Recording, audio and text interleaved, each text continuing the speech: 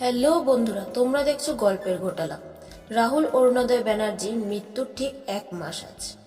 একটা মৃত্যু যেটা একটা গোটা মানুষকে নয়, একটা গোটা পুরো ইন্ডাস্ট্রিকে নাড়িয়ে দিয়েছিল। আর সেই 1 মাসের দোরগোড়ায় এসে সোশ্যাল মিডিয়ার সামনে এলো জিতু কমলের বিস্ফোরক পোস্ট। উপরে যে পোস্টটি দেখছেন সেটা জিতু কমলই তার সোশ্যাল মিডিয়াতে করেছেন। আর সেই পোস্টে খুব স্পষ্ট ভাষায় অনেকগুলো প্রশ্ন ছুড়ে দিয়েছেন তিনি। মৃত্যু না হলে আপনারা নড়তেন না, এই লাইনটাই যেন সবচেয়ে বড় আঘাত। মৃত্যুর পর হঠাৎ গজিয়ে ওঠা সম্পর্ক, দাদা ভাই বোনের দাবিতে ভরে গেছিল সোশ্যাল মিডিয়া। আওয়াজও উঠেছিল বাইরে। কিন্তু আজ 1 মাস পর কোথায় সেই আবেগ, কোথায় সেই মানুষগুলো?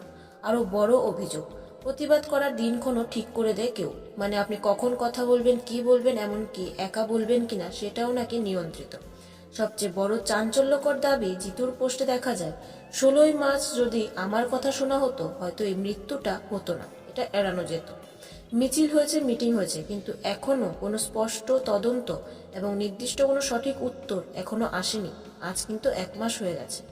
শেষে তিনি কার্যত চ্যালেঞ্জ ছুড়ে দিয়েছেন, অন্যায়ের বিরুদ্ধে লড়াই চলবে। এই প্রশ্নটা এখন সবার মনে মনে চলছে।